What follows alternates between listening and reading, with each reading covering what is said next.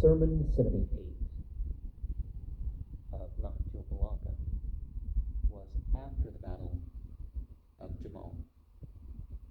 He warns people not to be deficient in the religion or in their reasoning. Let us not blindly follow people.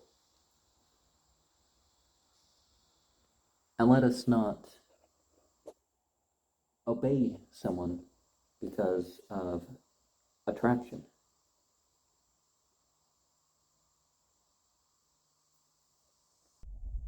Letter 78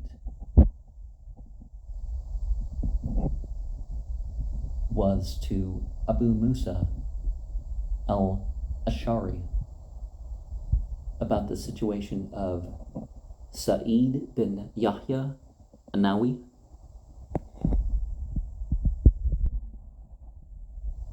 in which we can be warned to not be like those who are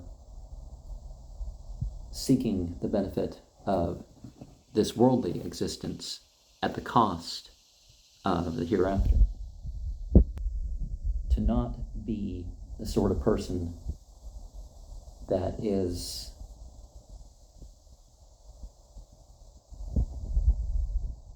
making it about them when there's a judgment to be had in a matter or manner. And some things deal with the ailment at the time. And if some issue isn't dealt with at the time, it can, of course, become something much more serious. What we should strive for is the unity between the followers of Muhammad, or at least those who claim such. And we should work towards our own honor, our own soundness of speaking, or other words, acting according to what God has prescribed.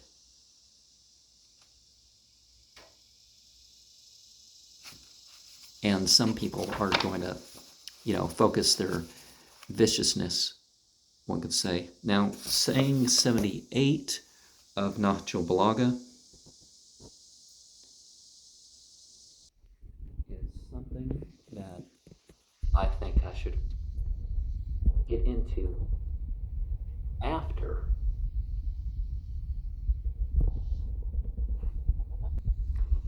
going over the verse that proves that Islamically the testimony of a woman is not half of that of a man. And in fact, you could say it gives an advantage to the women in that if there is a gap in testimony, then another woman can fill in the blank, but she can also stay silent in that regards. Ya ayyuhalladhina amanu idha tadayantum bidainin illa ajalin musamman faktubu wal yaktum bainakum katim billanne wala yaba katibun an yaktuba kamalamahullahu fal yaktub wal yumlil kelani alayhil haqqu wal yattaqallaha Rabbahu walayam kasminhu shayan fa'in kanalladhi alayhil haqqu safiyan aw daifan aw la yastati'u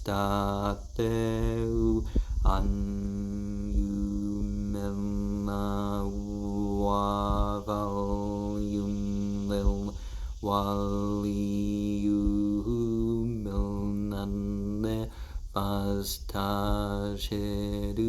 shahidan min rijalikum fa'ilam yakuna rajulain farajulun wamra'atan mimman tardawna minna shuhada'i an tadilla ihdahumma fatudhakira ihdahumma al-ukhra wala yambashu handau illa madu wala tasamu antaktubu saghiran aw kabiran illa jalehe dhalikum maqsatu indallahi waqwamule shahadate wadnalan tartabu illa antakunu tijaratan hadiratan tudirunaha bainakum falaysa alaykum junahun ala taktubuha washhadu idza tambayatum wala yudara katibun wala shahidun wa intafalu fannahu fusuq bekum wataku la wa yu'allimukum Allahu wallahu bikulli shay'in alim.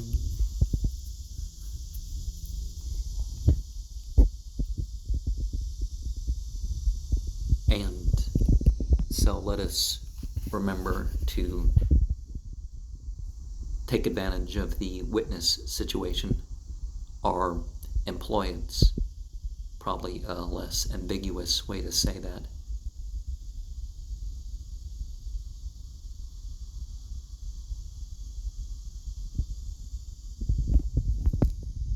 And remember that actual getting into saying 78, remember that actual destiny is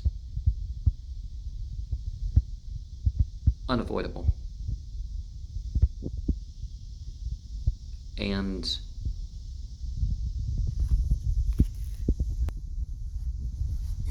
the things we know about, or the things we consider to be possibilities, aren't exactly the same thing as something that is unavoidable. We're supposed to act as if we have free will in whatever regard. And it's for the Islamic leaders to be obeyed, but not forced. And the prophets weren't there just to say stuff. There was a purpose behind it. And one final verse before we go.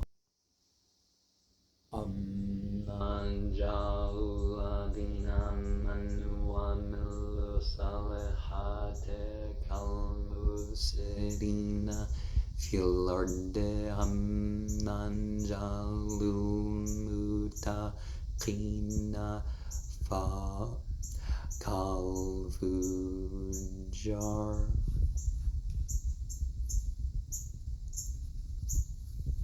And the people